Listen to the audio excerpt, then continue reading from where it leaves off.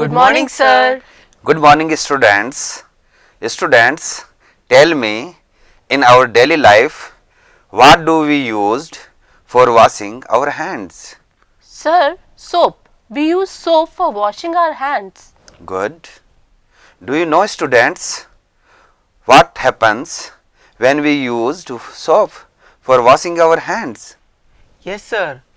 Sir, when we use soap for washing our hands get cleaned because the dirt and the germs are washed away. Exactly. Okay, students. Students, do you know how does soap clean away dirt? No, sir, we don't know. Okay. Today we will study the science behind it. This cleaning process is known as cleansing action of soap. Today, let us perform an activity to understand it. This cleaning process is known as cleansing action of soap. Let us perform an activity to understand it. To perform this activity, we requires a soap solution, some amount of cooking oil, distilled water and two test tubes which are labeled A and B. Now students, pick up one test tube each. Okay, sir. Which test tube do you have? Sir, I have got test tube labeled A. And Chetna, you? Sir, I got test tube labeled B. Good. Exactly. Now students, we will add some amount of distilled water and few drops of cooking oil in each of the test tube. Naman, please pass your test tube. Yes, sir. Now I will add distilled water.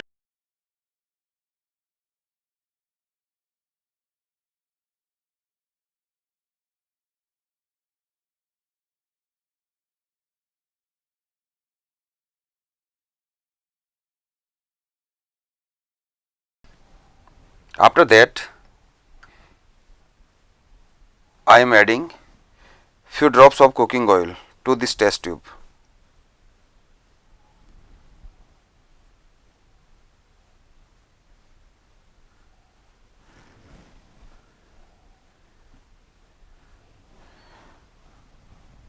Now Naman, hold it your test tube. And Chetna, pass your test tube please.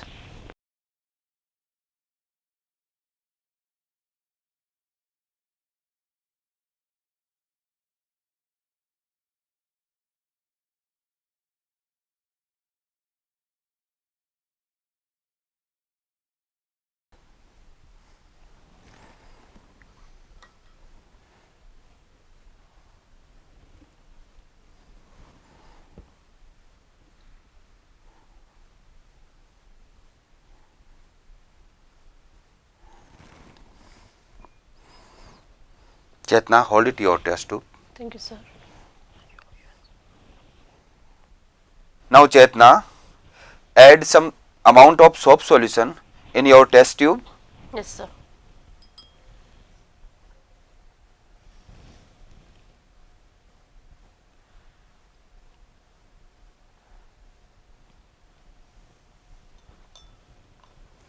Good. Now both of you shake your test tubes vigorously. Okay, sir. Yes, sir.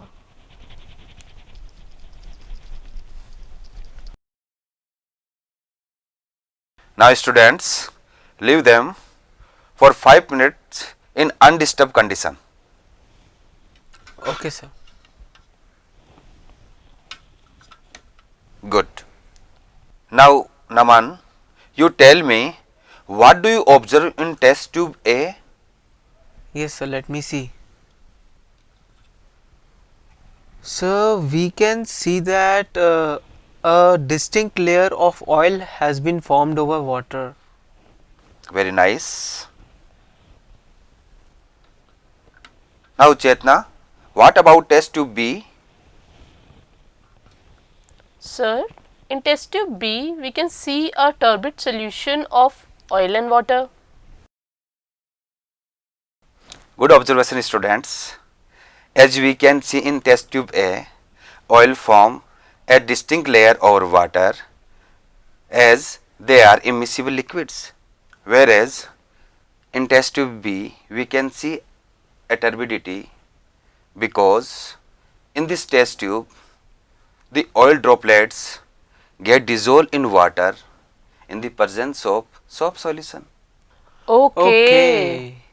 Let us study the structures of soap molecule which are present in turbid solution. The molecule of soap are sodium or potassium salt of long chain carboxylic acid.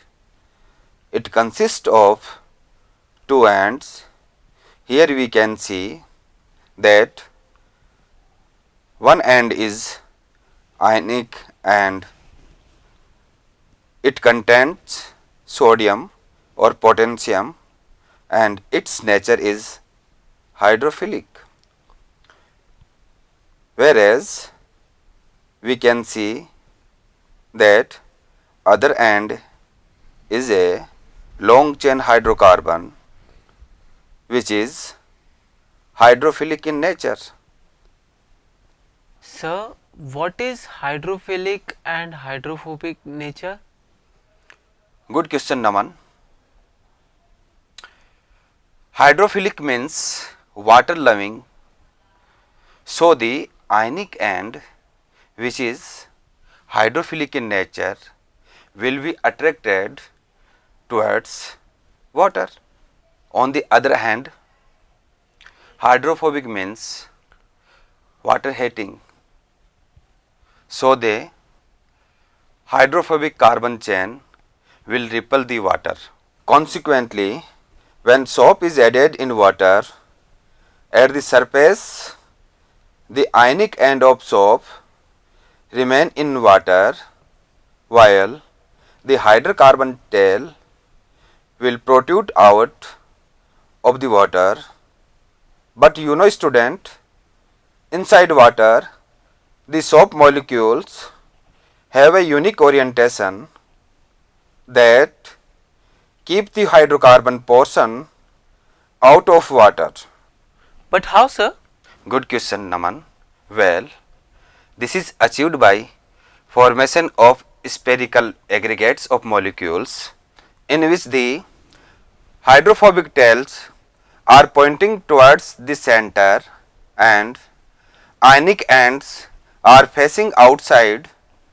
This spherical aggregates is called a micelle. There are a number of such micelles present in a sample of soap solution. Students, let us study how soap molecules clean away dirt. This is the surface of your skin with a dirty particle over it.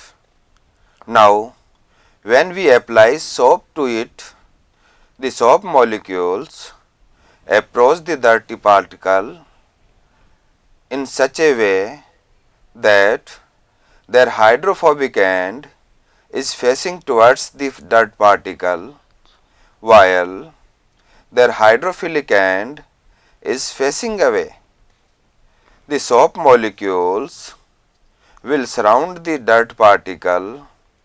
Now spherical aggregate is formed which traps the dirt particle at its center. This spherical aggregates is known as Micelles. Yes, you are right.